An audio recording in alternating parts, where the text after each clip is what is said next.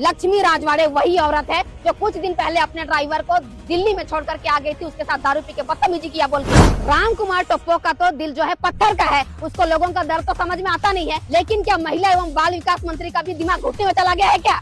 लोगों के लिए उसके दिल में दया और करुणा खत्म हो चुका है क्या? मर चुका है क्या? मैं उस वीडियो में भी बोली थी ये औरत घमंडी है और आज भी बोलती हूँ कि ये औरत घमंडी है।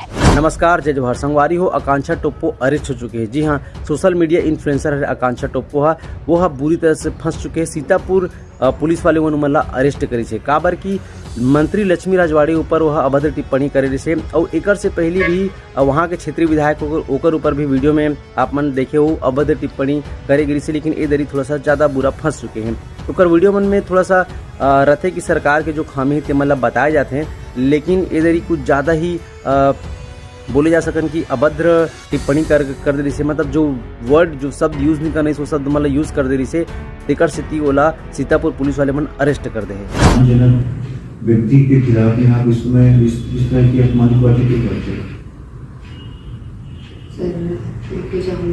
नहीं, हमसे माफी मांगने की जरूरत नहीं, हमारे खिलाफ ने आपने कुछ नहीं बोला है। जिनके खिलाफ बोला है भाई, आप बातें रखने का सबको अधिकार है संविधान में, लेकिन किसी के खिलाफ में अपमानजनक बातें करने का